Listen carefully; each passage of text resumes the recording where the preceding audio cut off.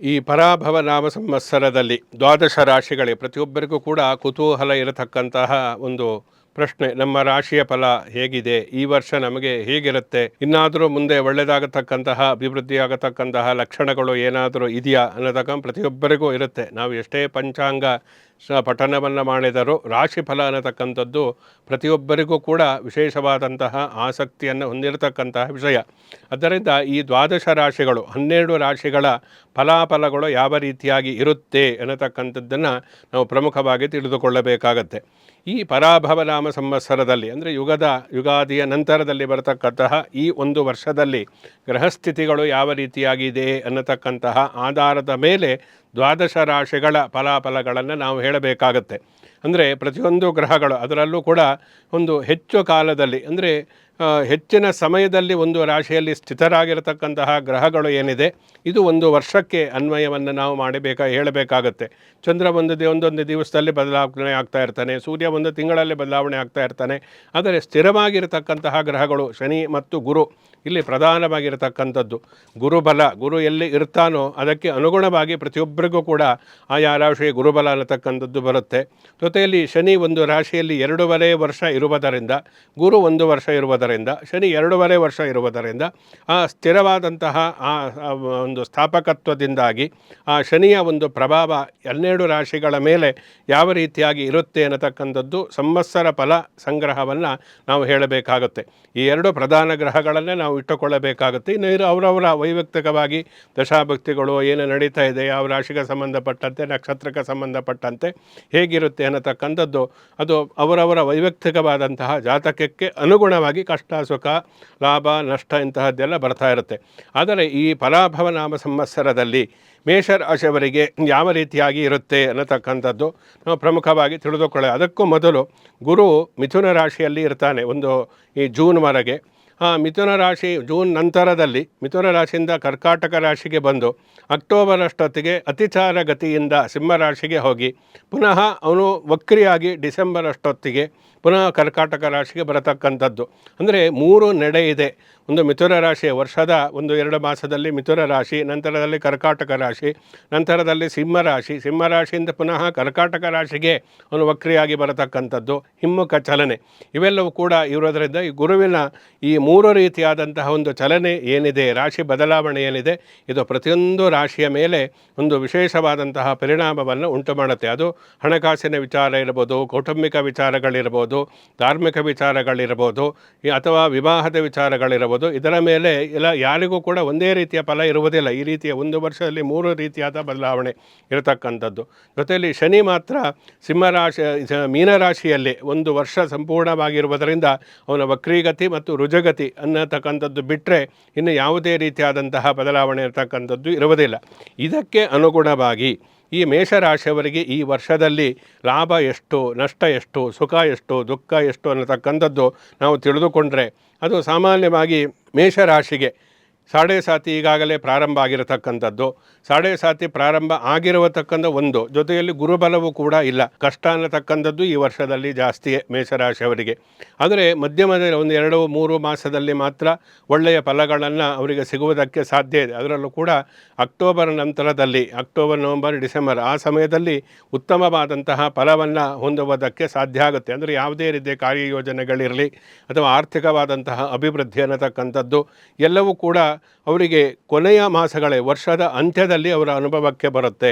ಯಾವುದೇ ಹೂಡಿಕೆಯನ್ನು ಮಾಡತಕ್ಕಂಥದ್ದು ಇಂತಹದ್ದೆಲ್ಲ ಯಾವುದೇ ಆರ್ಥಿಕ ವಿಚಾರಗಳು, ಕೌಟುಂಬಿಕ ವಿಚಾರಗಳಿದ್ದರೆ ಎಚ್ಚರಿಕೆಯ ನಡೆಯನ್ನು ಮಾಡತಕ್ಕಂಥದ್ದು ಇಲ್ಲಿ ತುಂಬ ಮುಖ್ಯವಾಗುತ್ತೆ.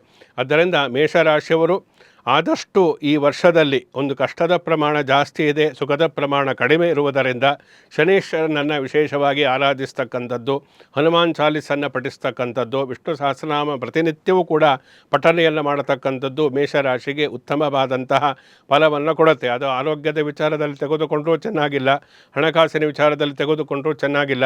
ಹೀಗೆ ಸಾಡೆ ಸಾತಿ ಬೇರೆ ನಡೆದ ಆ ಶನಿಯ ಒಂದು ಪ್ರಭಾವದಿಂದ ಉದ್ಯೋಗದಲ್ಲಿ ಸ್ಥಿರತ್ವ ಅನ್ನತಕ್ಕಂಥದ್ದು ಇರುವುದಿಲ್ಲ. ಆದ್ದರಿಂದ ನಾನು ಹೇಳಿದಂತೆ ಈ ಕೆಲವೊಂದು ನಿರ್ದಿಷ್ಟವಾಗಿ ಶನೇಶ್ವರನ ಮಂತ್ರವನ್ನು, ಹನುಮಾನ್ ಚಾಲೀಸನ್ನು, ವಿಷ್ಣು ಸಹಸ್ರನಾಮವನ್ನು ಪಠಿಸುವುದರಿಂದ ಆ ಮೇಷರಾಶಿಯವರು ಈ ವರ್ಷದಲ್ಲಿ ಇನ್ನೂ ಕೂಡ ಉತ್ತಮವಾದಂತಹ ಫಲವನ್ನು ಹೊಂದಬಹುದು.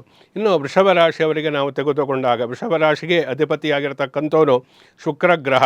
ಜೊತೆಯಲ್ಲಿ ವೃಷಭ ರಾಶಿಗೆ 2ನೇ ಮನೆಯಲ್ಲಿ ಅಂದರೆ ಮೊದಲ ಒಂದು 2 ಮಾಸಗಳಲ್ಲಿ ಗುರುಬಲ ಚೆನ್ನಾಗಿರುತ್ತೆ ವೃಷಭ ರಾಶಿಯವರಿಗೆ. ಆದರೆ ಈ ವರ್ಷದಲ್ಲಿ 11ನೇ ಮನೆಯಲ್ಲಿ ಶನಿಯೂ ಕೂಡ ಇರುವುದರಿಂದ ವೃಷಭ ರಾಶಿಯವರಿಗೆ ಉತ್ತಮವಾದಂತಹ ಫಲ ಸಿಗುತ್ತೆ ಅಂತೇಳಿ ಹೇಳಬೇಕಾಗುತ್ತೆ. ಯಾವುದೇ ರೀತಿಯಾದಂತಹ ಅವರ ಆಸೆಗಳು ಇದ್ದರೆ ಇಲ್ಲಿವರೆಗೇನು ಎಲ್ಲ ಸ್ಥಗಿತಗೊಂಡಿದ್ದ ಕೆಲಸ ಕಾರ್ಯಗಳೆಲ್ಲವೂ ಕೂಡ ಈ ವರ್ಷದಲ್ಲಿ ಅವರಿಗೆಲ್ಲವೂ ಕೂಡ ನೆನೆಗುದಿಗೆ ಬಿದ್ದಂತಹ ಕಾರ್ಯಗಳು ಪುನರ್ಚಾಲನೆಗೊಂಡು ಆ ಮೂಲಕ ಹಿಡಿದ ಕೆಲಸಗಳಲ್ಲೆಲ್ಲಿಯೂ ಕೂಡ ಎಲ್ಲ ಕೆಲಸಗಳಲ್ಲೂ ಕೂಡ ಅವರಿಗೆ ವಿಶೇಷವಾದಂತಹ ಫಲಪ್ರಾಪ್ತಿಯಾಗುತ್ತೆ. ಯಾಕೆಂದರೆ ದ್ವಿತೀಯದಲ್ಲಿ ಗುರು ಇದ್ದಾನೆ, ಏಕಾದಶದಲ್ಲಿ ಶನಿ ಇರತಕ್ಕಂಥದ್ದು, ಅವನು ಒಳ್ಳೆಯ ಶುಭ ಫಲವನ್ನೇ ಕೊಡ್ತಾನೆ. ಈ ಎಲ್ಲ ಕಾರಣದಿಂದ ವರ್ಷದ ಮೊದಲ ಕೆಲವೊಂದು ಮಾಸಗಳಲ್ಲಿ ವಿಶೇಷವಾದಂತಹ ಒಂದು ಫಲವನ್ನು ಅಂದರೆ ಉತ್ತಮವಾದಂಥ ಫಲವನ್ನು ಪಡೆಯುವುದಕ್ಕೆ ಸಾಧ್ಯ ಇದೆ. ಆದ್ದರಿಂದ ಯಾವುದೇ ವಿಶೇಷ ಕಾರ್ಯಯೋಜನೆಗಳಿದ್ದರೂ ಕೂಡ ವಿದೇಶ ಪ್ರವಾಸ ಇರ್ಬೋದು, ಇನ್ವೆಸ್ಟ್ಮೆಂಟ್ ಇರ್ಬೋದು, ಅದೆಲ್ಲವನ್ನು ಈ ವರ್ಷದ ಪ್ರಾರಂಭದಲ್ಲಿ ಮಾಡಿಕೊಳ್ಳತಕ್ಕಂಥದ್ದು ಒಳ್ಳೆಯದು. ಆದ್ದರಿಂದ ಜೊತೆಯಲ್ಲಿ ಮಹಾಲಕ್ಷ್ಮಿಯನ್ನು ವಿಶೇಷವಾಗಿ ಆರಾಧಿಸ್ತಕ್ಕಂಥದ್ದು, ಸರಸ್ವತಿಯನ್ನು ಪೂಜಿಸ್ತಕ್ಕಂಥದ್ದು ವಿದ್ಯಾರ್ಥಿಗಳಿಗೆ ಈ ವರ್ಷದಲ್ಲಿ ಉತ್ತಮವಾದಂತಹ ಫಲವನ್ನು ಕೊಡುತ್ತೆ. ಮಿಥುನ ರಾಶಿಯವರಿಗೆ ಈ ಪರಾಭವ ನಾಮ ಸಂವತ್ಸರದಲ್ಲಿ ಯಾವ ರೀತಿಯಾಗಿರುತ್ತೆ? ಮಿಥುನ ರಾಶಿಗೆ ಅಧಿಪತಿಯಾದಂತಹ ಬುಧ ಇಲ್ಲಿ ಪ್ರಮುಖವಾದಂತಹ ಪಾತ್ರ ವಹಿಸುತ್ತಾನೆ. ಜೊತೆಯಲ್ಲಿ ಕೇಂದ್ರದಲ್ಲಿ ಅಂದರೆ 10ನೇ ಮನೆಯಲ್ಲಿರತಕ್ಕಂತಹ ಶನಿ, ಮಿಥುನ ರಾಶಿಯಲ್ಲಿಯೇ ಇರತಕ್ಕಂತಹ ಗುರು ನಂತರದ ದಿನಗಳಲ್ಲಿ ಕರ್ಕಾಟಕ ರಾಶಿಗೆ ಪ್ರವೇಶವನ್ನು ಮಾಡ್ತಾನೆ. ಗುರುಬಲ ಮಿಥುನ ರಾಶಿಯವರಿಗೆ ಬರುತ್ತೆ. ಆದರೆ ಒಂದು 4-5 ತಿಂಗಳುಗಳು ಮಾತ್ರ ಗುರುಬಲ ಅನ್ನತಕ್ಕಂಥದ್ದು ಇರುತ್ತೆ. ಪುನಃ ಅತಿಚಾರ ನಡೆಯಿಂದ ಸಿಂಹರಾಶಿಯನ್ನು ಪ್ರವೇಶವನ್ನು ಮಾಡೋದ್ರೆ ಗುರುಬಲ ಹೊರಟು ಹೋಗುತ್ತೆ, ಪುನಃ ಬರುತ್ತೆ. ಹೀಗೆ ಬದಲಾವಣೆ ಇದೆ.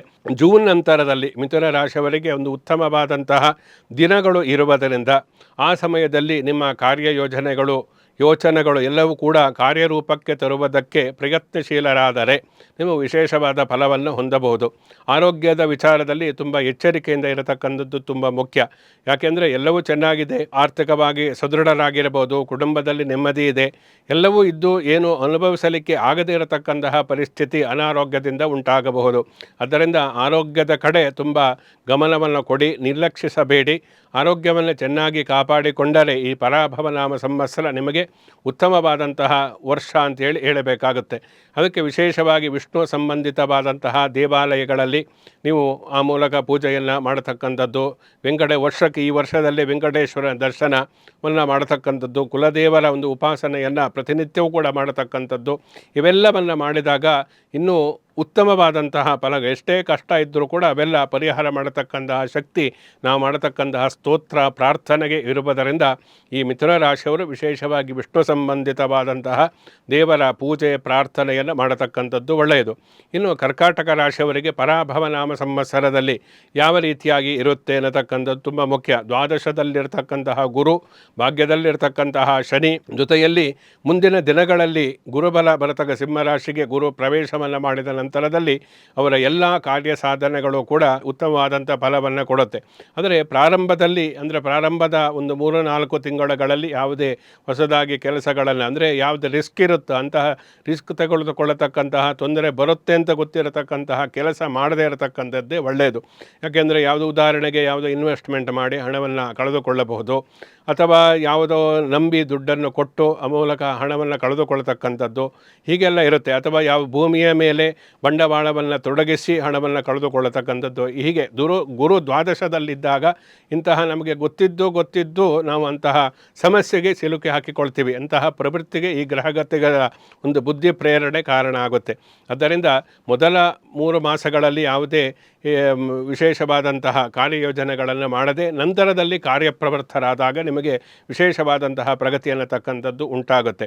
ಅದರ ಜೊತೆಯಲ್ಲಿ ಈ ವಿದ್ಯಾರ್ಥಿಗಳು ಯಾರು ಉನ್ನತ ವಿದ್ಯಾಭ್ಯಾಸವನ್ನು ಮಾಡತಕ್ಕಂಥವ್ರು ಏನು ಆಸೆಯನ್ನು ಇಟ್ಟುಕೊಂಡಿದ್ದೀರಾ ಅದೆಲ್ಲವೂ ಕೂಡ ಅದು ವಿದೇಶದಲ್ಲಿ ಮಾಡಬೇಕು, ಇಲ್ಲೇ ಮಾಡಬೇಕು, ಸ್ಪರ್ಧಾತ್ಮಕವಾದಂತಹ ಪರೀಕ್ಷೆಗಳು IPS IAS ಇಂತಹದ್ದೆಲ್ಲ CA ಇವೆಲ್ಲವೂ ಕೂಡ ಈ ವರ್ಷದಲ್ಲಿ ಯಶಸ್ವಿಯಾಗತಕ್ಕಂತಹ ಸಾಧ್ಯತೆಗಳು ಕೂಡ ಕರ್ಕಾಟಕ ರಾಶಿಯವರಿಗೆ ಇರುತ್ತೆ. ಇದರಿಂದ ವಿಶೇಷವಾಗಿ ಉಮಾಮಹೇಶ್ವರನನ್ನು ಆರಾಧಿಸ್ತಕ್ಕಂಥದ್ದು, ಜೊತೆಯಲ್ಲಿ ಪ್ರತಿ ಸೋಮವಾರದ ದಿವಸ ರುದ್ರನಿಗೆ, ಈಶ್ವರನಿಗೆ, ಪರಮೇಶ್ವರನಿಗೆ ವಿಶೇಷವಾದಂತಹ ಪೂಜೆಯನ್ನು ಮಾಡತಕ್ಕಂತಹ ಕ್ರಮವನ್ನು ಈ ವರ್ಷ ಸಂಪೂರ್ಣವಾಗಿ ಅನುಸರಿಸಿಕೊಂಡು ಬನ್ನಿ. ಕರ್ಕಾಟಕ ರಾಶಿಯವರಿಗೂ ನೀವು ಅಂದುಕೊಂಡಂತಹ ಎಲ್ಲ ಕೆಲಸ ಕಾರ್ಯಗಳು ಕೂಡ ಈ ವರ್ಷದಲ್ಲಿ ಕೈಗೂಡುತ್ತೆ. ಇನ್ನು ಸಿಂಹರಾಶಿಯವರಿಗೆ ವಿಶೇಷವಾಗಿ ಈ ಸಿಂಹರಾಶಿ ಅಧಿಪತಿಯಾದಂತಹ ರವಿ ಪ್ರತಿ ತಿಂಗಳು ಗ್ರಹಗಳು ಕೂಡ ಬದಲಾವಣೆ ಹೊಂದುತ್ತಾ ಇರ್ತಾನೆ. ಅದೇ ರಾಶ್ಯಾಧಿಪತಿಯಾಗಿ ಜಾತಕದಲ್ಲಿ ಎಲ್ಲಿದ್ದಾನೆ ಅನ್ನತಕ್ಕಂತಹ ಆಧಾರದ ಮೇಲೆ ಅವರ ಫಲಾಫಲಗಳನ್ನು ಆಗು ಹೋಗುಗಳನ್ನು ನಾವು ಹೇಳಬೇಕಾಗುತ್ತೆ. ಈ ಏಕಾದಶ ಸ್ಥಾನದಲ್ಲಿ ಪ್ರಸ್ತುತ ಇವಾಗ ಗುರುಬಲ ಇರತಕ್ಕಂಥದ್ದು, ಏನೇ ಮಾಡಿದರೂ ಕೂಡ ಒಂದು ವಿಶೇಷವಾದಂತಹ ಅಭಿವೃದ್ಧಿ, ಯಶಸ್ಸು ಅನ್ನತಕ್ಕಂಥದ್ದು ಸಿಗುತ್ತೆ. ಆದರೆ ಅದು ಇದೇ ರೀತಿಯಾಗಿ ಇರುತ್ತೆ ಶಾಶ್ವತವಾಗಿ ಅಂತ ಹೇಳುವುದಕ್ಕೆ ಆಗುವುದಿಲ್ಲ. ಮುಂದಿನ ದಿನಗಳಲ್ಲಿ ಅಂದರೆ ಜೂನ್ ನಂತರದಲ್ಲಿ 12ನೇ ಮನೆಗೆ ಗುರು ಬರುವುದರಿಂದ ಅದು ಎಲ್ಲ ರೀತಿಯಾದಂತಹ ಒಂದು ವಿಫಲತೆಗೆ ಕಾರಣ ಆಗಿಬಿಡುತ್ತೆ. ಆದ್ದರಿಂದ ಆ ಸಮಯದಲ್ಲಿ ಯಾವುದೇ ರೀತಿಯಾದಂತಹ ಸಮಸ್ಯೆಗೆ ಕಾರಣ ಆಗುತ್ತೋ ಅಂತಹ ಯಾವುದೇ ಯೋಜನೆಗಳಿದ್ದರೆ ಕೈ ಬಿಡತಕ್ಕಂಥದ್ದು ಒಳ್ಳೆಯದು. ಆದರೆ ಮೊದಲ 3 ಮಾಸಗಳಲ್ಲಿ ಏನಿದೆ ಅದು ಉತ್ತಮ ಫಲವನ್ನೇ ಕೊಡುವುದರಿಂದ ಆ ಸಮಯದಲ್ಲಿ ನಿಮ್ಮದು ಏನೇ ಒಂದು ವರ್ಷದ ಪ್ಲಾನ್ ಏನಿದ್ರೂ ಕೂಡ ಆ ಸಮಯದಲ್ಲಿ ಮಾಡಿಕೊಳ್ಳತಕ್ಕಂಥದ್ದು ಒಳ್ಳೆಯದು. ಅನಾರೋಗ್ಯದ ಸಮಸ್ಯೆಯು ಕೂಡ ಕಾಡತಕ್ಕಂಥ, ಅದರಲ್ಲೂ ಕೂಡ ಈ ಸ್ನಾಯು ಸಂಬಂಧಿತವಾದಂತಹ ವಾತ ಸಂಬಂಧಿತವಾದಂತಹ ರೋಗಗಳು ಕಾಡತಕ್ಕಂತಹ ಸಾಧ್ಯತೆಗಳು ಉಂಟು. ಅದಕ್ಕೆ ಸೂಕ್ತ ಚಿಕಿತ್ಸೆಯನ್ನು ಪಡೆದುಕೊಳ್ಳಿ. ಯಾವುದಕ್ಕೂ ರಾಶ್ಯಾಧಿಪತಿಯಾದಂತಹ ಸೂರ್ಯನಾರಾಯಣನ ಒಂದು ಪ್ರಸನ್ನತೆಗೋಸ್ಕರ ಆದಿತ್ಯ ಹೃದಯವನ್ನು ಪಠಿಸ್ತಕ್ಕಂಥದ್ದು, ಸೂರ್ಯ ಮಂತ್ರವನ್ನು ಪಠಿಸ್ತಕ್ಕಂಥದ್ದು, ಜೊತೆಯಲ್ಲಿ ಪ್ರತಿನಿತ್ಯ ಸೂರ್ಯ ನಮಸ್ಕಾರವನ್ನು ಮಾಡತಕ್ಕಂಥದ್ದು ಸಿಂಹರಾಶಿಯವರಿಗೆ ವಿಶೇಷವಾದಂತಹ ಫಲವನ್ನು ಕೊಡುತ್ತೆ. ಆದ್ದರಿಂದ ಈ ಕ್ರಮಗಳನ್ನು ಅನುಸರಿಸಿದರೆ ಸಿಂಹರಾಶಿಯವರು ಇನ್ನೂ ಉತ್ತಮವಾದಂತಹ ಫಲವನ್ನು ಹೊಂದಬಹುದು. ಕನ್ಯಾ ರಾಶಿಗೆ ಬುಧ ಅಧಿಪತಿಯಾಗಿರತಕ್ಕಂಥದ್ದು.